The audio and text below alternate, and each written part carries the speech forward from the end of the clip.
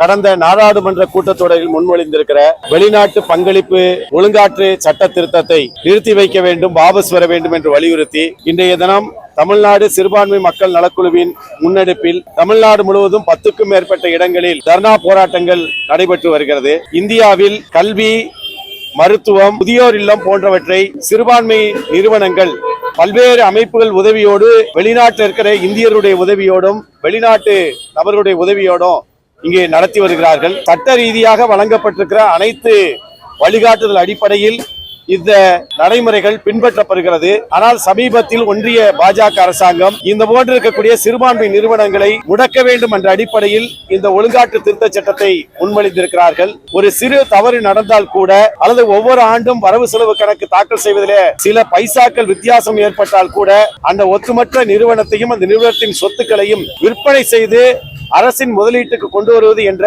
இந்த சட்ட திருத்தம் என்பது சாதாரண மக்களின், பெரும்பான்மை மக்களின், குறிப்பாக இந்து மக்கள் பயனடையக்கூடிய இது போன்ற நிறுவனங்களை முடக்கக்கூடிய இந்த செயல் என்பது வன்மையான கண்டனத்துக்குரியது. இதை கைவிட வேண்டும் என தமிழ்நாட்டில் இன்றைக்கு இந்த போராட்டம் துவங்கப்பட்டிருக்கிறது. ஒன்றிய அரசாங்கம் இந்த ஒழுங்காற்று திருத்த சட்டத்தை நிறுத்தி வைக்கவில்லை என்றால் இந்தியா முழுவதும் இதற்கு எதிரான வலுவான போராட்டங்கள் அனைத்து பகுதி மக்கள் சார்பாக முன்னெடுக்கப்படும்.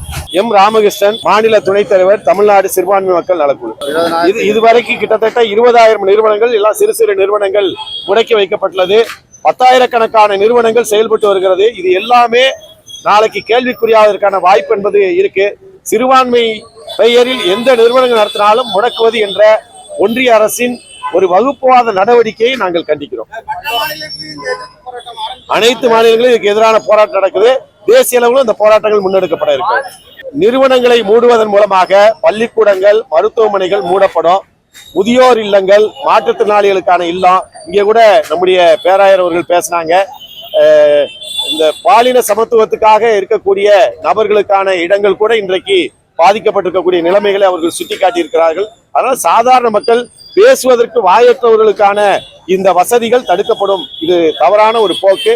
ஒன்றிய அரசு இதை கைவிடணும். இது போன்ற செய்திகளை தொடர்ந்து பெற நம்ம வேர்ல்ட் பிரின்ஸ் சேனலை மறக்காம சப்ஸ்கிரைப் அண்ட் ஃபாலோ செய்து கொள்ளுங்கள்.